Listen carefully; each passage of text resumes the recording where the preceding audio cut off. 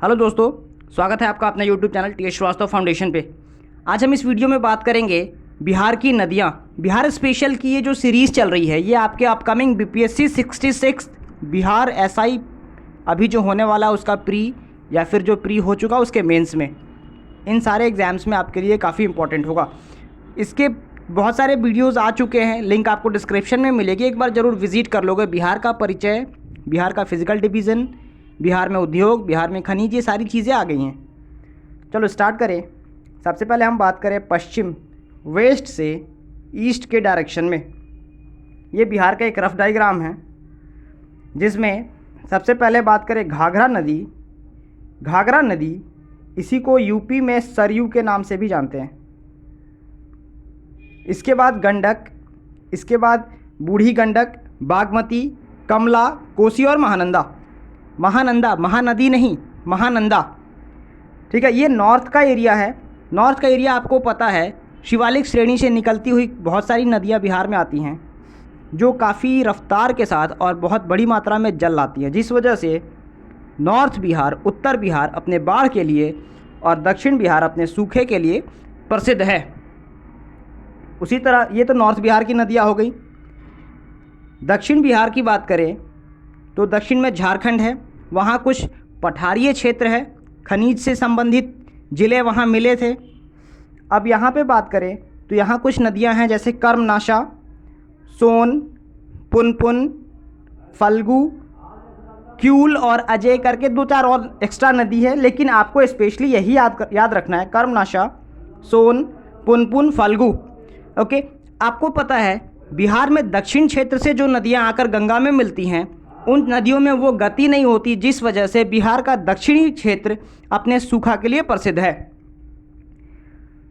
ये बीच से गुजरती हुई जो रेखा दिख रही है ये गंगा नदी है जो यूपी से होते हुए वेस्ट बंगाल में गिर जाती है।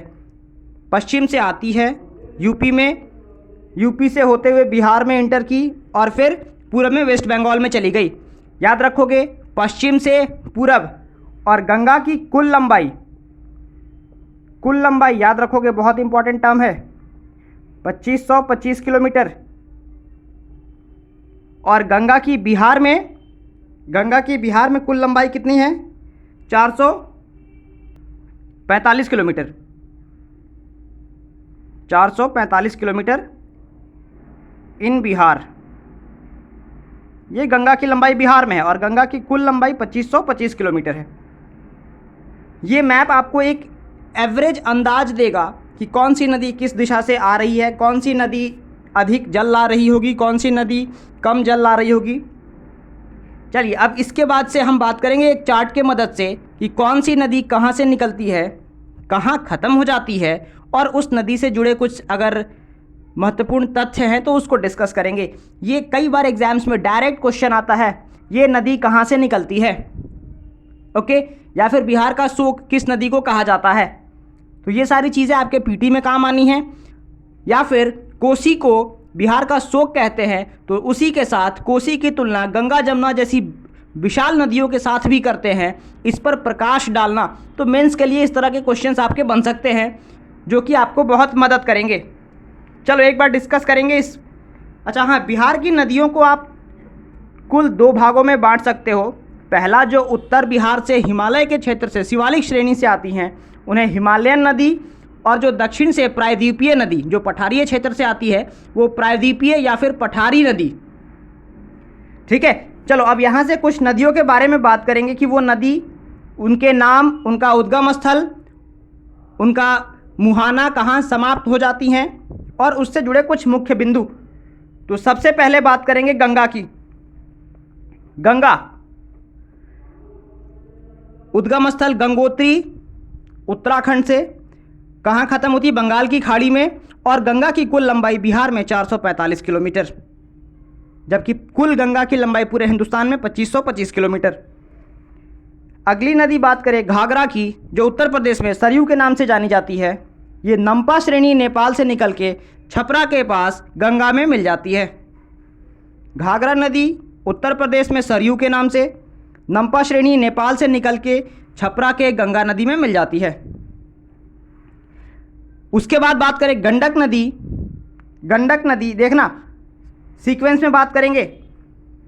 गंगा हो गई, फिर घाघरा, फिर गंडक, फिर बूढ़ी गंडक, फिर बागमती, ऐसे डिस्कस करेंगे।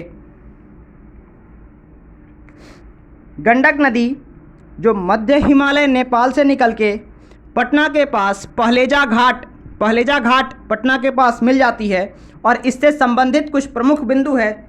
इस नदी को नारायणी, गंडकी या शालीग्रामी नदी भी कहते हैं। इस नदी से शालीग्राम का पत्थर मिलता है, जिस वजह से इसे शालीग्रामी नदी भी कहते हैं। गंडक नदी, रिवीजन करें एक बार फिर से, गंडक नदी मध्य हिमालय नेपाल से निकल के पटना के पास पहलेजा घाट में मिल जाती है। नारायणी, गंडकी और शालीग्रामी इसके अन्य 3 नाम हैं। उसके बाद बात करें बूढ़ी गंडक ये सोमेश्वर की पहाड़ी से निकलती हुई, सोमेश्वर की पहाड़ी मैंने आपको परिचय में बता रखा है। सोमेश्वर की पहाड़ी परिचय में नहीं, भौतिक विभाजन में बता रखा है। वीडियो एक बार ज़रूर विजिट करोगे, काफ़ी काम आएगी वो सारी चीज़ें। बूढ़ी गंडक सोमेश्वर की पहाड़ी से निकल के बिहार के मुंगेर ज़िले में, जहाँ से गंगा बहती है, वहाँ गंगा में मिल जाती है।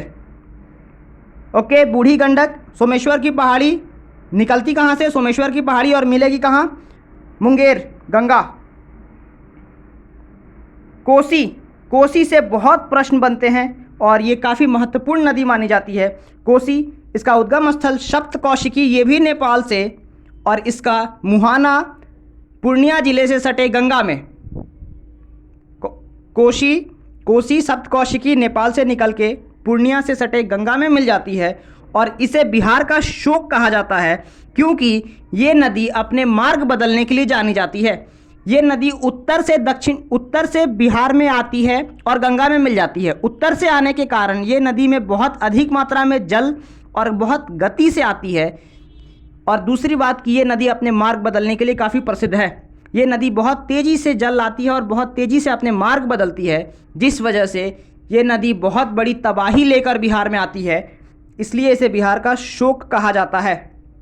लेकिन दूसरी ओर इसी कोसी की तुलना बहुत बड़े बड़े नदियों से, गंगा जमुना जैसी नदियों से भी करते हैं, जिसलिए सिंचाई का एक बहुत बड़ा हिस्सा कोसी से भी पूरा होता है हमारे बिहार में। महानंदा, अच्छा, महानदी कहाँ? महानदी उड़ीसा, महानंदा बिहार में। और महानंदा वो नदी है जो बिहार के पश्चिम में बहती है, या उत्तर पश्चिम कह लो या पश्चिम कह लो। महाभारत श्रेणी से निकलती हुई कटिहार से सटे गंगा में मिल जाती है। महानंदा महाभारत श्रेणी से निकल के कटिहार से सटे गंगा में मिल जाती है और इसके सबसे प्रमुख बिंदु कि उत्तर पूर्वी नदी है। सबसे उत्तर पूर्वी नदी महानंदा है। ये क्वेश्चन बीपीएससी में रिपीटेड है कि बिहार का सबसे उत्तर पूर्वी हिस्सा कौन सा है, उत्तर पूर्वी नदी कौन सी है, उत्तर पूर्वी जिला कौन सा है, ऐसे क्वेश्चंस अक्सर आते रहते हैं। चलो, ये तो उत्तर बिहार के बारे में बात होगी। अब दक्षिण बिहार की नदियाँ, प्रायद्वीपीय नदी के बारे में बात करें तो सबसे पहली नदी कर्मनाशा, जहाँ एक तरफ गंगा को सबसे पवित्र नदी कहते हैं ना कि भाई ये काम कर ले, गंगा ना आ गया तू, मतलब सारे पाप धुल गए। गंगा जी को हम लोग खुद ही गंदा कर रहे हैं, जो कि बहुत गलत बात है। ओके, तो जिस तरफ गंगा को सबसे पवित्र नदी, उसी तरफ कर्मनाशा को सबसे अपवित्र नदी कहते हैं। ऐसा माना जाता है कि कर्मनाशा नदी में स्नान करने से जो भी एक आध अच्छे काम अगर आप लोगों ने कर रखे हैं, ऐसे उम्मीद बहुत कम है, लेकिन जो भी कर रखे हैं वो सब खत्म हो जाते हैं। इसलिए भाई एग्ज़ाम देने जाने से पहले गंगा में नहा के जाना, कर्मनाशा में नहीं, है ना। चलो, ये कर्मनाशा नदी निकलती कहाँ से? विंध्याचल की पहाड़ी से, और चौसा बक्सर वाला बक्सर चौसा की लड़ाई हुमायूं से गंगा में मिल जाती है। कर्मनाशा नदी विंध्याचल की पहाड़ी से निकलती हुई चौसा के सटे गंगा नदी में मिल जाती है। सोन नदी जो मध्य प्रदेश के अमरकंटक से निकलती है और पटना दानापुर में गंगा नदी से मिल जाती है। पुनपुन बहुत महत्वपूर्ण नदी है। ये भी मध्य प्रदेश के पहाड़ी भागों से निकलती है, पठारी इलाकों से निकलती है, और पटना में फतुहा एक जगह है, वहाँ गंगा नदी में मिल जाती है। और उसके बाद अंतिम नदी की बात करें, फल्गु नदी, जो छोटा नागपुर के पठार से निकल के और वापस से गंगा में मिल जाती है। क्लियर? इतनी नदियां हैं, इसको अगर आप इसका उद्गम स्थल, इसका समापन और इसके प्रमुख बिंदु देख लोगे तो आपका क्वेश्चन एग्जाम से बाहर, इससे बाहर बिल्कुल नहीं जाएगा। अब इसके बाद कुछ छोटी छोटी नहरें हैं जिस पर कई सारे काम चल रहे हैं और इससे भी प्रश्न अक्सर आते हैं, जैसे त्रिवेणी नहर। त्रिवेणी नहर किस नदी से निकलती है? तो गंडक से। तिरहुत नहर गंडक से। तेऊर नहर ये भी गंडक से। सारण नहर ये भी गंडक से। ओके, तो 4 प्रमुख नहरों के नाम आप याद रखोगे, त्रिवेणी, तिरहुत, तेऊर और सारण। कहाँ से? गंडक नदी से। और एक नदी राजापुर नहर जो कि कोसी नदी से निकलती है। इतना आप 1 से 2 बार वीडियो को देखोगे, स्पीड कम लगे तो डबल स्पीड करके देखोगे, लेकिन 1 से 2 बार देखोगे, डैम श्योर कि आपको टिप ऑन टंग याद हो जाएंगे और आपके अपकमिंग एग्जाम्स में इससे क्वेश्चंस, 1-2 क्वेश्चंस अक्सर हर एग्जाम में बनते हैं और अगर इस बार भी बनेगा ही बनेगा तो वो आपके इस शीट से बाहर नहीं जाएगा। ओके, चलो मिलते हैं अगले एपिसोड में कुछ नई वीडियोज़ के साथ। तब तक वीडियो पसंद आई तो लाइक करो, दोस्तों के साथ शेयर करो और हाँ, चैनल को सब्सक्राइब करके जुड़ जाओ भाई, बहुत बड़ी टीम क्रिएट करनी है अभी। ओके, चलो अपना ध्यान रखो, मिलते हैं अगले एपिसोड में। Bye bye, have a nice day.